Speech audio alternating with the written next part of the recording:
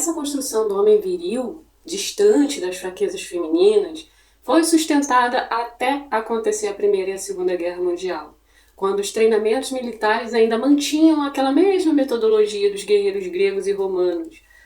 Um treinamento para além da necessidade de uma guerra, onde envolvia práticas de humilhação, gritos, punições e até castigos físicos. Essas guerras mostraram que a virilidade não é o natural do homem, pois não o levou a superar o sofrimento. Soldados entraram em choque, em crises emocionais, tinham tremores, tristezas, os sentimentos considerados mais femininos, como a saudade de casa, o medo, o choro, foram comuns nos soldados. A saída para que esses soldados tivessem condições de prosseguir a guerra foi liberar o álcool e a prostituição.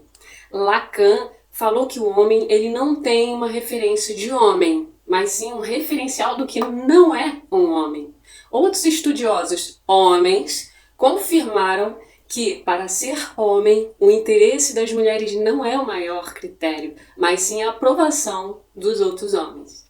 Logo, o viril traz essa admiração do macho e que torna o feminino em um pejorativo. Tanto que quando um homem quer fazer piada do outro, ele chama de mulherzinha. Arlette Farger, historiadora, especialista no século XVIII, fala que a virilidade do homem moderno concentrou-se em ter sexualmente muitas mulheres, que, por ironia, foi o período histórico que os homens passaram a relatar preocupação com a impotência sexual. Então, novamente, a estrutura viril se torna frágil diante da realidade do masculino. Arlette Farger faz elucidação que o viril sexual e o uso da força tinha mais a ver com as desigualdades sociais dentro desse século. Os rapazes não tinham condições de conquistar pelos padrões dos homens da classe alta. O querer estar em destaque em relação a outro grupo, os rapazes pobres criam um viril baseado na capacidade do corpo, já que eles não possuíam a estrutura para chegar ao intelectual nem o material da alta classe. Sartre também citou essa ideia de hegemonia do grupo, que servia para dar essa superioridade em relação às mulheres, crianças, idosos, escravos e os povos dominados. Sendo assim, para ele, a virilidade não é sobre uma evolução antropológica, mas de poder. Ainda é possível citar a virilidade dos bárbaros, por exemplo, que apesar de também ter o foco na guerra, no corpo forte, na capacidade de crueldade, eles defendiam a castidade dos seus guerreiros. Eles condenavam a prática sexual antes do casamento e o adultério, sem ser implantado por qualquer ideia religiosa. Acabando o tempo dos impérios, chega o reinado.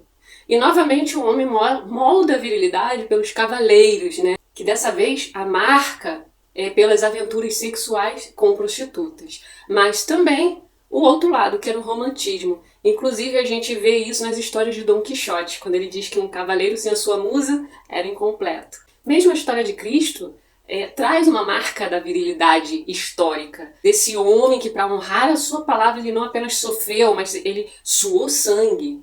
E que foi ele mesmo que se permitiu a levar chicotadas, ser pendurado na cruz. Ele não se comoveu nem com as dores da sua mãe. Essa história, que talvez tenha sido enriquecida para tornar o Jesus um homem viril, afastava da característica cultural do feminino, que era o quê? A castidade que Jesus tinha, a pacificidade e a rendição, ou submissão.